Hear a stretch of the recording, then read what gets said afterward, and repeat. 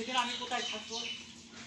চিন্ময় জগতে, যে জগতে স্বনিশ্বর ছাড়া আর নিঃশ্বাসে কাছে যে আছে সে ছাড়া কেউ দেখবে না। আর দেখবে কে? এ জগতে সন্ধানী মানুষেরা। তাদের কিভাবে চিনতে হবে? এক ফোঁটা বালুর ভিতরে রাত্রে কি বালুর ভিতরে এক ফোঁটা চিনি থাকে, পিপিলিকা তার সন্ধান পায়। এ জগতের সন্ধানী মানুষ যারা, এরকম ছাগল পাগলের সন্ধান কিন্তু পাবে খুঁজে তারা। তাহলে গৌরাঙ্গমণি কেন দিলাম? আমার নিজের অঙ্গটা এই হরিণ নামে ধরাধামে দিয়ে দিলাম। যে ধরাধাম এভাবে আমাকে দেশ বিদেশের মানুষ দেখেছে, করতে করাইছে, তাদের কারণে আজ আমি আমার জন্মভূমিটা আমি করতে পারছি।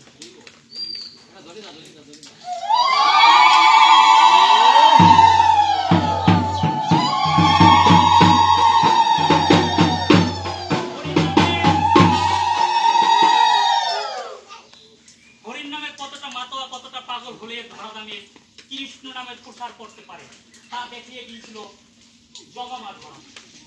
যেই কলিযুগে এসে গৌর নিতাই রূপে আগমনী হয়েছে, তাই আমি গৌরাঙ্গমণি দিলাম। এসব প্রাণী গৌরাঙ্গ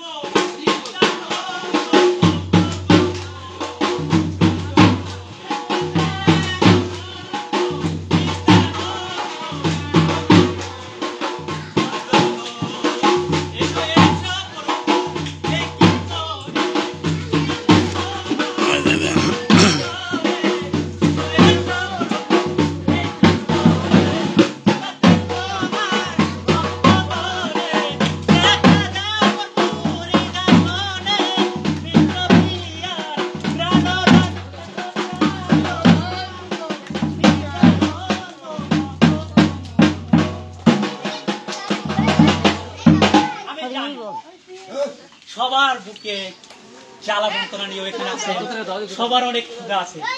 জানিয়ে যেদিন আমি মরে যাব, আমি বলতে কি সবাই, যেদিন হয়তো আমি মরে যাব বা আমরা মরে যাব, সেদিন আমাদের পেটের ক্ষুধা থাকবে না, একমাত্র থাকবে হরিণ নামের ক্ষুধা। সে হরিণ নামের ক্ষুধা যদি এখন আমি পুঁজি করে না যেতে পারি, মৃত্যুর পরে কে আমাকে খোরাক দিবে? এ হরিণ নামের খোরাকই একদিন আমাকে মৃত্যুর পরে সাক্ষী হয়ে রাখবে। হে বান্ধব, তুই আমার নাম জড়িয়েছিলি, তুই কোথায় বান্ধব? তুই আয়। বুকে বুকে সবাই আমরা জড়িয়ে হরিণ নাম বিলাই, বুকে বুকে সবাই হরিণ নাম কীর্তন করি।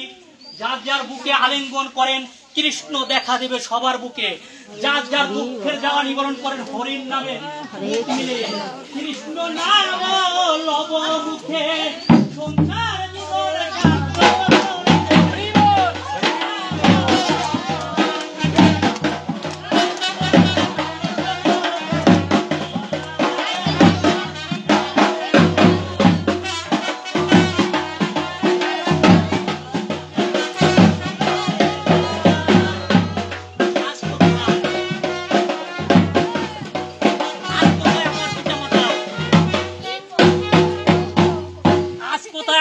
মাথা। সে কি কোনদিন জানতো আমার এই দৈত্য সন্তান একদিন এই কৃষ্ণ নামের প্রতীক হয়ে নাম প্রচার করবে, এই ধুলায় আলিঙ্গন করবে? তারা জানতো না। হ্যাঁ, জানে একজন, যে কর্ম করে এরকম কর্মিক পিতা মাতার ঘরে জন্ম নেয়, সে জানে।